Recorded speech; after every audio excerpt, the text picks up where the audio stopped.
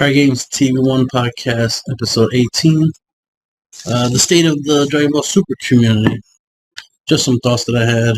The funny thing is, this is just the state of the internet. Like I say, in the state of just the internet. Something I noticed that happens a lot is that some people tend to act like they know everything, right? Because I know it's not many people watch the entirety of a video, especially not my videos. And I'll literally have like really good information in there that if people watch the video to its entirety, they would get so much more information. They would get so much value out of it if they watch the whole video. Now, I have reduced my videos so I can try to, that's why I format them to give you the list real quick. Like, here's the list. If that's all you want, then here you go right off the bat. And then after that, point out the key aspects of the deck, the concept of the deck, right? And then if there's anything, if I just want to talk about the deck afterwards, like just my thoughts on the deck, then I do that. I add that to the end. So that way it's three parts, right? The deck list, the concept and the purpose of the list, maybe even combos, like certain lines of play, and then my thoughts. So I format it like that now, so that way it can help. That way, it'll be helpful for those who want it. Because it's like, it really is weird that like I have 30-minute videos, and to see the analytics of my videos, that people only watch close to 2 minutes of a 30-minute video. It's like, damn, either you're skipping through the video like crazy, right? and only listen to certain key parts, or y'all not really watching the videos like that, which is unfortunate considering the fact that there's so much information that I try to fit into the video. That's why the videos are long, because there's so much I'm saying. And I can understand it might be boring to hear me talk for a long period of times. For those who might not like hearing me talk, that's understandable, but you're missing out on information. And then another thing is, a lot of people like to assume that if they're watching a video, it's supposed to be entertaining, like it's supposed to be fun and exciting, like they're watching a movie or something. It's like, no, it's not. Most of my deck profiles are essentially tutorials. They're like, here's a deck. This is what the deck does, and these are the things you can do. I mention out certain experiences, like it's like, oh, while I was playing the deck, this happened and this happened. That's why certain cards are in the deck, because it's used in those types of situations. So like I try to teach. And the thing is so many people, especially when it comes to the internet, are so used to the idea of being entertained that they go to the internet to be entertained, not educated. Right? Which is weird. That as soon as they realize what they're watching is more educational than it is entertaining, then they want to leave. Right? Their attention span is not as high as it should be. They're quick to leave. I know some people even try to point like, oh, you don't get a lot of views to stand there. Your videos must be trash or whatnot. And it's like, no, that's not it. That's not it. The problem is that people want to be entertained more than they want to be educated. See, I used to get thousands and thousands of video views on my videos because people used to actually want to go learn something. When they saw the thumbnail and the title of the video, they're like, oh, this looks interesting, let me check it out. And they actually will watch it to its entirety. Even if they don't watch the full video, let's say they only watch half, well, that's still a lot, right? Half of 30 minutes is 15 minutes. That's still a lot of information. But the fact that most people won't go past 30 seconds to a minute or a minute and a half, it's like, damn, the most I can get is 90 seconds out of your time. You're not going to get a lot of information from that.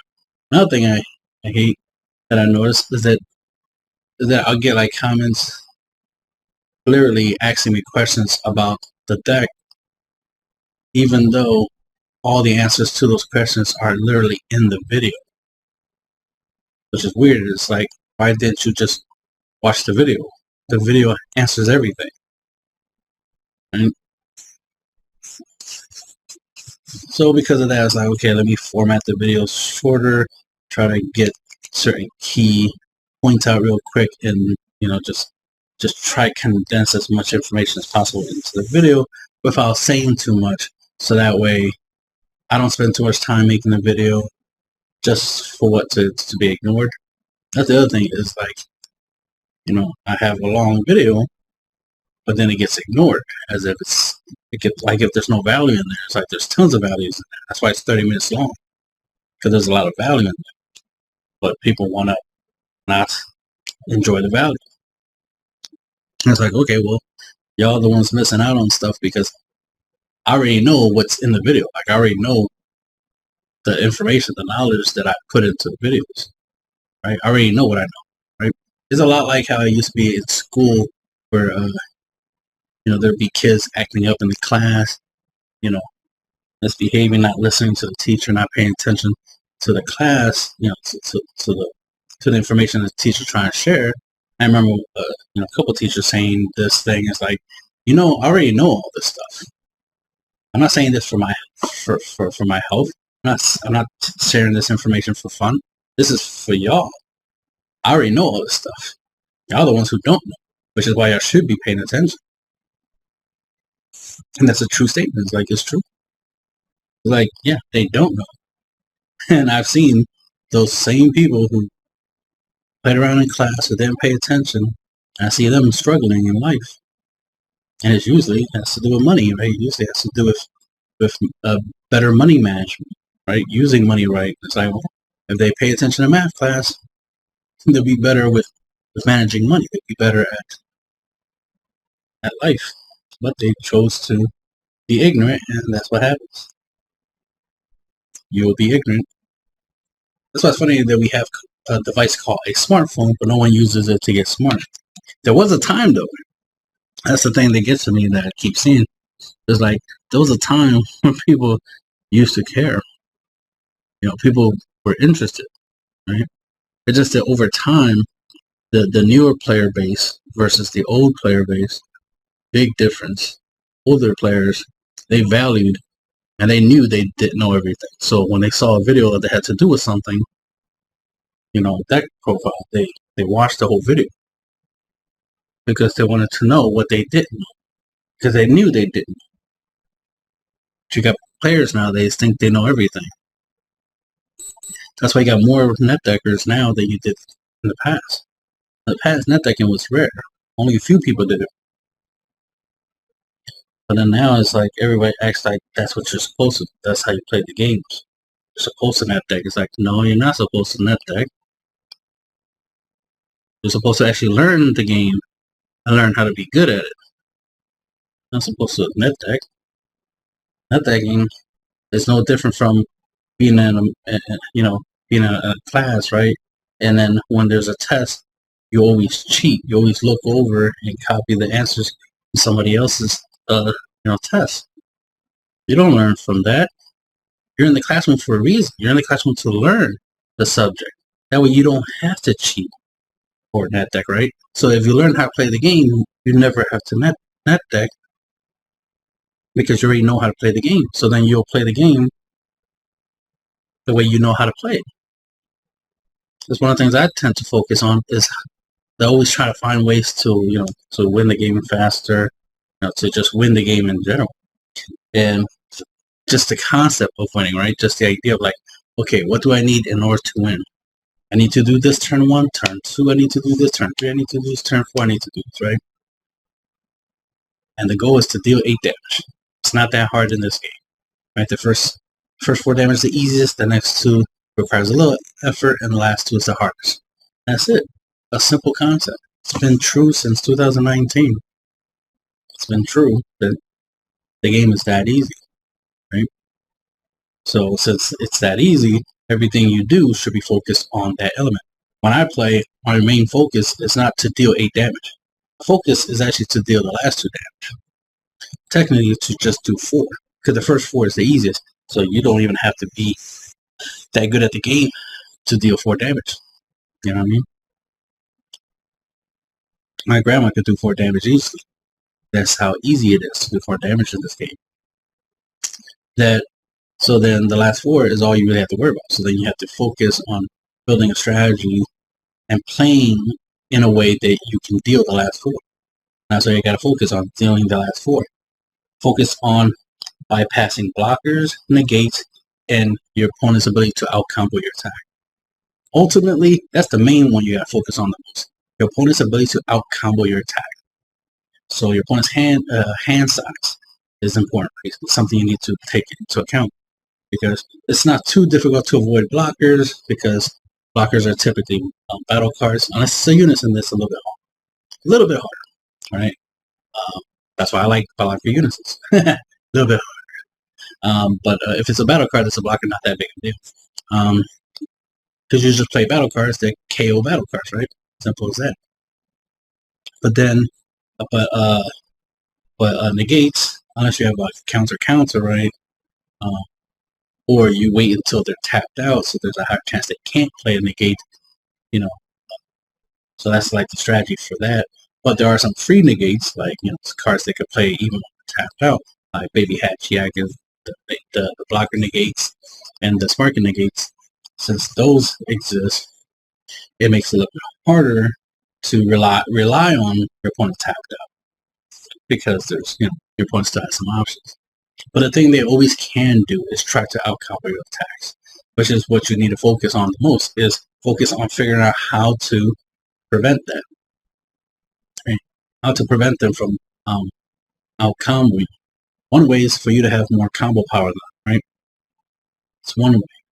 But is that always guaranteed? Is that is that always going to be the case? You can always guarantee that your opponent can't out-combo your attack because you can combo more than them, right? So since that's not always the case, you might be in a scenario where your opponent has like 6 or more cards in their hands, and you only have like 3 or 4 cards in your hand. That's not going to be enough for you to go for game. Even though you're in a winning position, you have 7 life, your opponent has 2 life, and you're just trying to go for game, trying to deal some double strike damage for game, right? But you only got 4 or 5 cards, and your opponent got like 7 or 8 cards in their hands. It's going to be very difficult in that situation, because all it would take is for them to use, you know, half their hand or more just to stop you from winning. Just to stop you. So they're giving up hand advantage just so they don't lose. So you got to figure out how to make that part easy, that part of the game easy. Everything else is relatively easy. Everything else is pretty straightforward. Most people who've been playing long enough, you know, can do all the other stuff, right? They know about the attack orders. They know about how to combo, right, defensively or offensively. You know, they know how to do chains, how to summon things for less, how to rival, that kind of stuff. They know how to do some battle tricks, right? They know the first 4 damage is the easiest, all that stuff. They know the concept of awakening, you know, saving their awakening for the right moment in time. So there's a lot that happens in the game that a lot of people know, and I expect them to know that, right? Which is good. If you know it, great. You're supposed to know that stuff. You know, counter windows, like counterattack for counter plays, for counterattack, stuff like that. It's very important to have that knowledge, right? But the thing is you got to focus on the last 2. Typically, it's the last 2 life. You got to focus on whenever you build a deck, and then the preventing your opponent from out comboing your attack.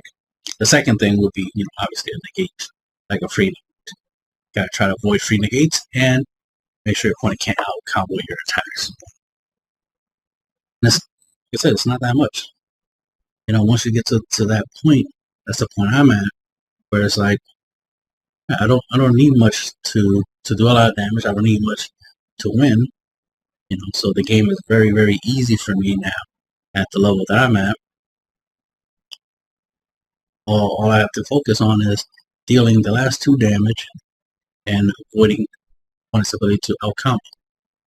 You know, and so there's a couple of strategies, couple of different ideas that I'm playing around with, trying to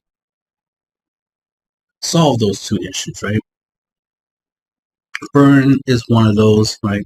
I've been doing that for a long time. Burn is a way of doing it. But I want to make sure that I have more than just burn. I don't want to rely on burn being the way that I deal the last 2 damage. You know, I want to also be able to do attacks for the last 2 damage.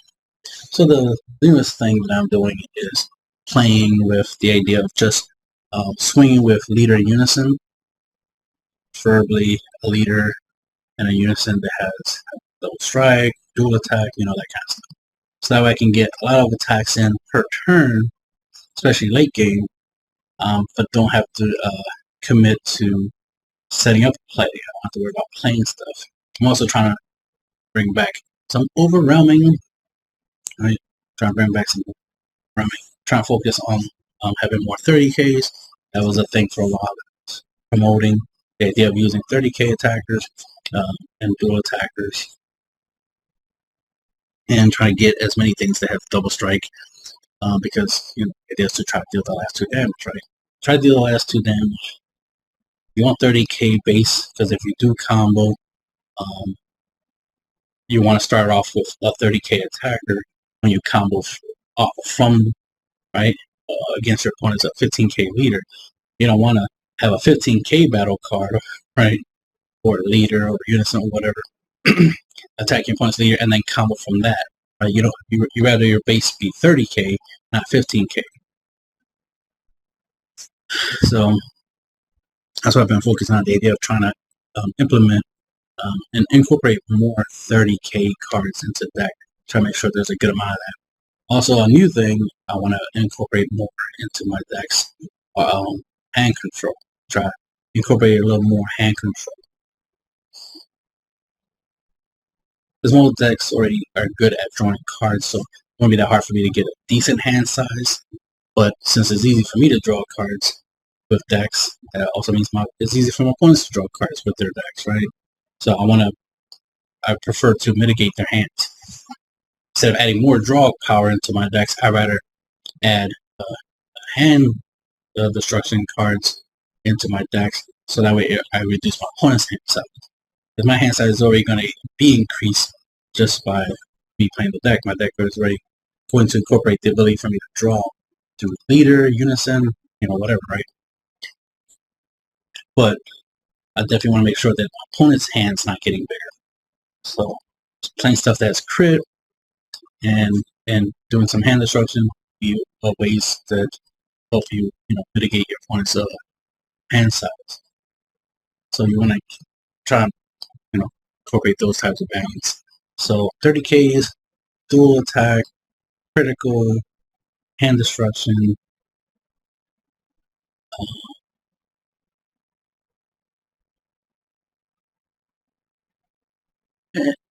and that's pretty much it that you'll need to try to incorporate into your decks. And that's what I'm incorporating into my decks in order to get that outcome more often. To get the ability to attack with something really strong right off the bat. Because remember, a 30K attacker without comboing against your opponent's leader while it's awakened will require your opponent to use 20K combo power just to out combo 20K. So that's either 2 super combos, right, or 4 or 5Ks. So that's either 2 cards or 4 cards out their hands to try to stop your 30K attack. So that's why if you combo, like let's say you use a super combo, so now you get to 40K, then they're going to need 40K, so then they'll need 30K combo power just so they can be 45. So they'll always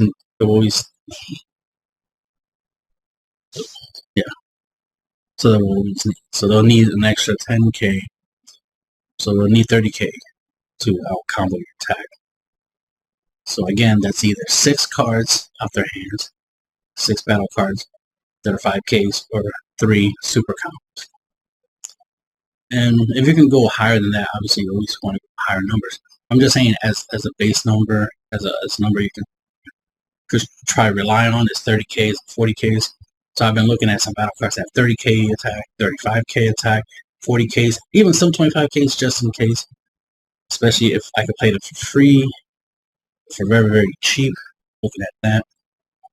cost, because you want to be able to play something strong, swing really hard, but not use up any more resources than you have to, and then keep your defensive, so you can hit and defend.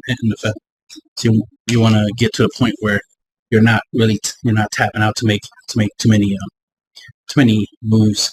If anything, you shouldn't be using any energy, or at least tapping out after turn 2. So turn 1, you could tap out. Turn 2, you could tap out. But 3 and above, you don't want to tap out or tap energy at all. You want to get to that point where you're not tapping energy. So that's what I'm trying to get to. I'm trying to get to the whole, once I get a 2-drop or even a 3-drop unison, I'm good to go for the rest of the game. I shouldn't still be playing cards, paying to play cards after. I should be playing stuff for free or not play anything at all, because my leader and my unison should be more than enough. Oh, that reminds me. There's this new thing that's going to come out. It gives you the ability to evolve on top of your leader. So you'll be able to play something on top of your leader or something. I don't know how that mechanic is going to work. I just like the idea that you could do something. So we'll see how it works. It's more likely going to cost energy, so it's not going to be that great. I mean, because if you can evolve for free, then yes, it's great. Because like I said, you're trying not to use up your energy, because you rather save it for like your negates and stuff. Even for your 10k combo, like some battle cards have 10k combo power, but it costs 1 energy. So you want to keep as much of your energy up as possible for that, in case you got to use them like super combos, right? So that's the way. Well, that's the strategy routes I'm trying to go to. Trying to get to that level. I already mastered many other stuff.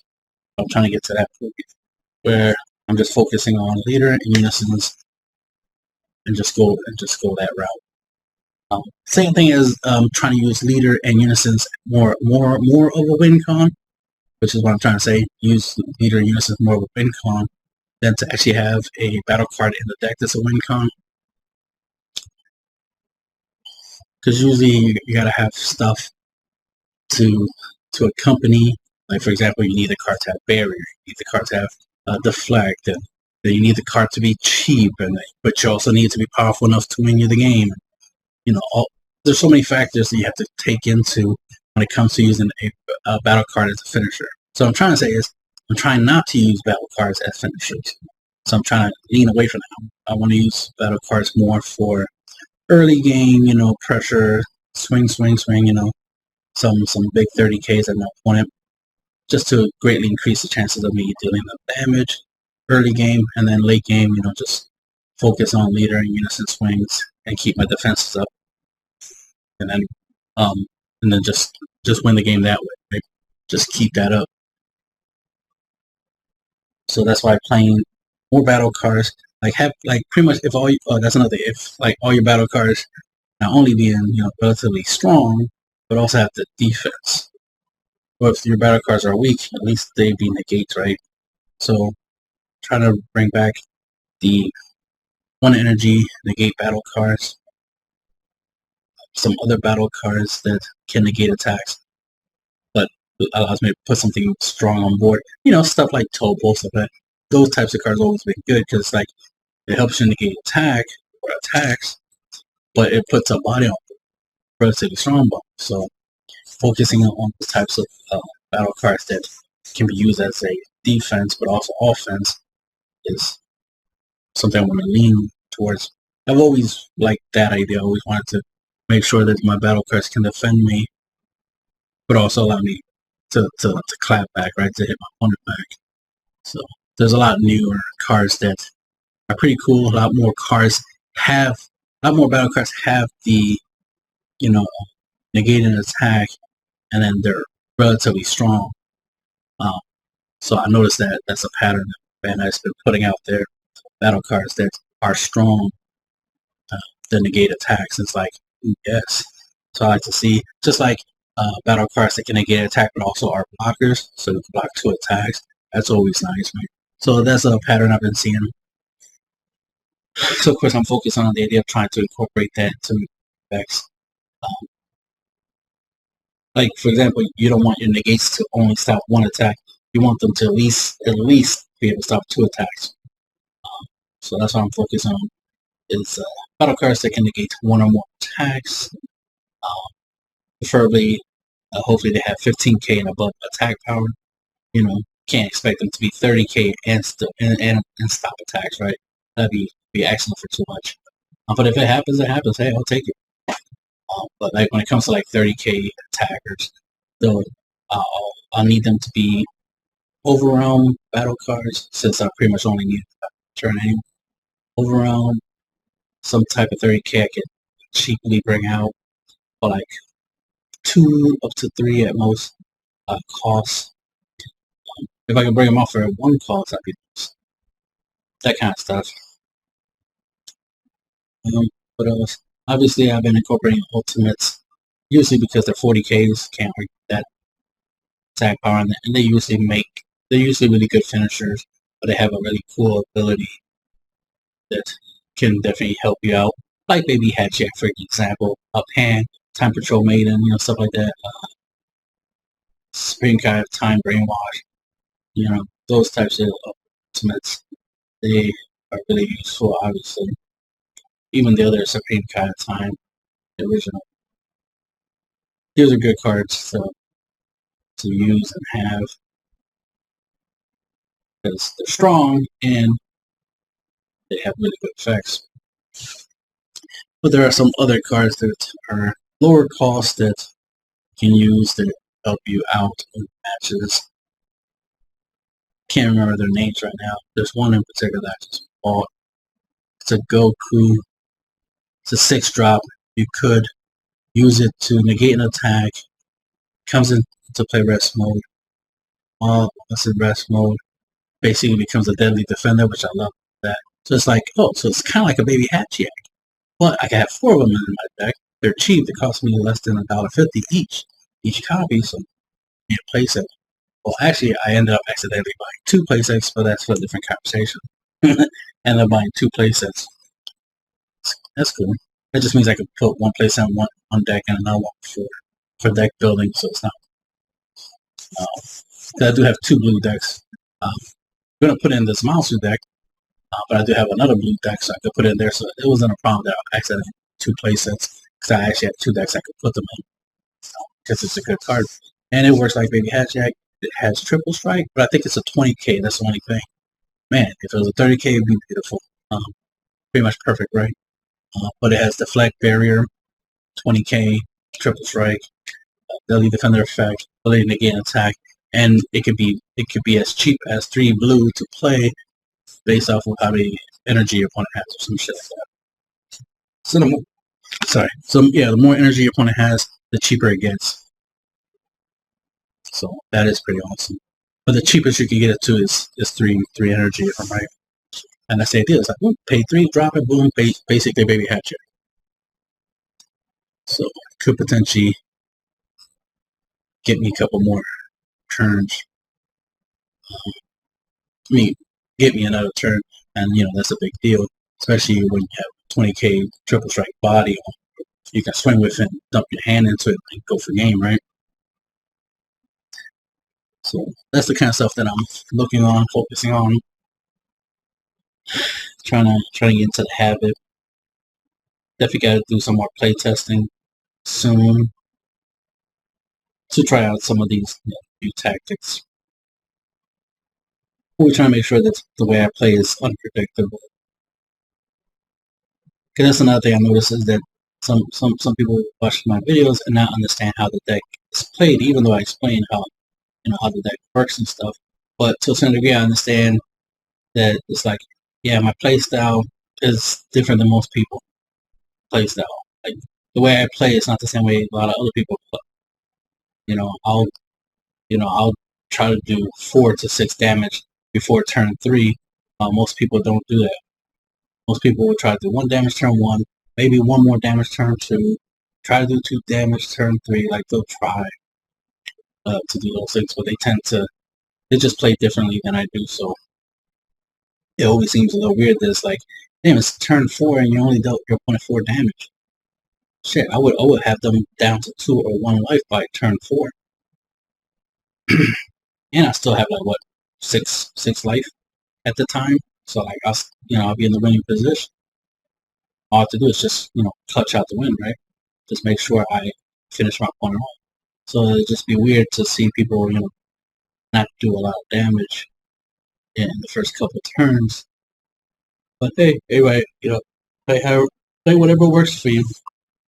I just prefer to deal a lot of damage early game because it's better that way for a couple of reasons. One, it's easier to do a lot of damage early game because it's hard for your opponent to defend. Early game is easier to defend late game, but it's harder to defend early game. So that's one thing. The other thing is that you're dealing your opponent a lot of damage, and they gaining all this card advantage means nothing because they don't have enough energy yet to even use those cards. So them having a big hand size early game don't mean nothing. Late game, that's when it's a problem. But early game doesn't mean nothing. So that's something I've been realized a long time when I first started playing the game. I think I came up to that conclusion, and like when I said 2-drop, the idea that's like, I need to play faster, deal damage sooner than later, instead of waiting to like turn 4, turn 5, turn 6 to start trying to do damage and stuff like that, or to try to do more damage. It's better to do it sooner than later because by the time it gets to those turns, turn 3, turn 4, turn 5, right? It's going to be harder to do damage. So I should do the bulk of the damage that I need to do, to try to go, to win. It should be early game, and then late game, just try to finish off the game. Because I know I'm going to deal with a lot of negates, blockers, on his hand size, right? They're going to out combo stuff. So it's just like that's what I have to deal with late game. I'd rather my opponent be at 2 or 1 life late game, dealing with their negates, blockers, hand size, that kind of stuff. Leader effects, all that stuff. If they play unisons, I'd rather deal with that stuff when they have low life than to deal with that stuff when they have high life. So that's why I want to do as much damage early game, so that way late game I can just focus on trying to get as many attacks to go through. So, what else? Not much, just trying to point out some stuff I was thinking about. The idea that's like, it is weird that not many people give my videos the attention it deserves. I don't get as many views as I should, considering the fact that I'm providing a lot of useful information that definitely can make a lot of players better. Because I see it in the comment section of other people's videos. I see it in groups, people wanting to be better at the game, or I just see that they're having issues in the game, like, oh, it's hard for me to beat this deck or that deck or this, that, third, and it's like, damn, we're still struggling to be good at the game, like struggling to be at a position where they're not complaining about not being able to beat a deck until that. In fact, I'm still seeing people complaining about certain decks, and it's like, oh, I need this card for that, or these cards should be banned. It's like, if anybody been properly watching my videos, y'all know I don't complain about cards that much. Like, I don't complain that cards should be banned, should have never been created or something shit like that. This card needs an errata, this and that, third. I do have some ideas of some cards that should get errata and stuff like that, just because it will make sense to a certain degree that they have these erratas. But I'm not like putting out there like, oh, I need this to be errata, I need that to be errata, I need this to be banned, because I don't have problems with these cards like that. One, I use most of these cards myself anyway. Like, I use Baby Hatchet, for example. Like, I have an idea of what they can do to errata it, right, to make it more fair, right, more balanced. But then it defeats the purpose of why it's an ultimate. And then I'm a fan of what it is the way it is. Because when I first saw it, first revealed, I already saw the power and the potential. I already saw how awesome and broken it card was. While everybody else saw it as trash. They were comparing it to Cell Zeno and be like, this is not better. This is worse than Cell Zeno. Blah, blah, this is trash. And then not too long after that, when people start getting the card, start playing the card, then it's like, oh my god, this card's amazing. This card's broken, busted. To the point that now people want it to get either errated or banned. It's like, okay, it's funny. I remember when there was a time where people talked trash about the card, and then suddenly they loved the card, and then now they're like, oh, it's too good. Gotta get rid of it. It's like, yeah, too good now? Okay. So that's something that, observations, things that I noticed that do annoy me to see that people are complaining about stuff that don't make sense to complain about. It's like, it's part of the game. I mean, like, Hachiak, yes, strong, but it's one copy. It's one card, one copy. It doesn't destroy your board, right? Like most other cards can do. It doesn't win. Doesn't cause you to lose, right? It does prevent you from being able to try to win that turn, but it doesn't make it where you automatically lose. You still have a fighting chance. Because to me, it's not that different from your opponent playing a total, right? It's not that different from playing a total. Granted, yes, they could play essentially for free, right? But it's not too different from somebody playing a total. The results will be the same. You're like, okay, I just had my turn. I just gotta survive the next turn and then try to win the turn after that. That's it. That's all it does. So it's not that big of a deal. But something like Gossip and Trump, that's a big deal. That's something that makes sense for people to complain about. Try to make a play and your opponent can stop you. Right?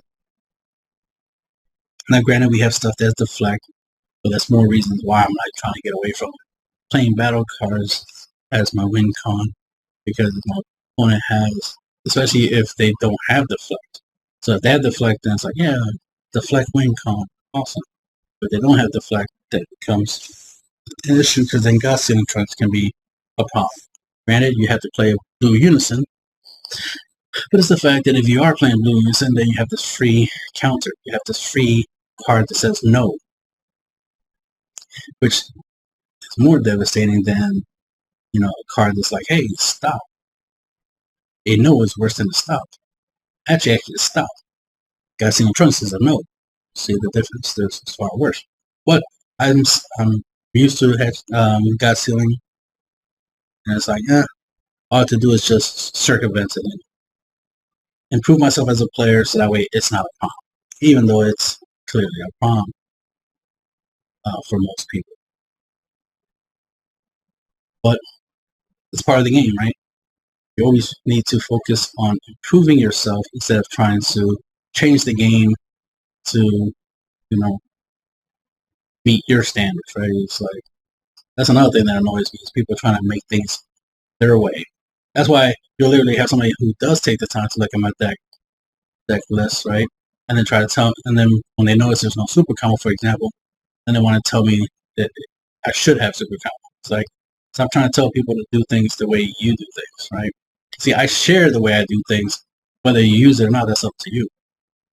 But it's always weird, the idea that people feel like because they do things a certain way that they need to make everybody else do it the same. It's like, no, you gotta do what we're doing. Everybody's playing super combos, you gotta play super combos. Like, nope, I don't have to. I can choose to. I do from time to time, but I don't have to. It's not part of the game where you have to have 4 super combos per each deck. It's up to 4, which means I don't have to play them. It's optional, not mandatory. If it's mandatory, then yeah, I will have to play them. But it's not mandatory, it's optional. So I can do what I want. And I like to do what works and wins for me. So that's why I focus on what works.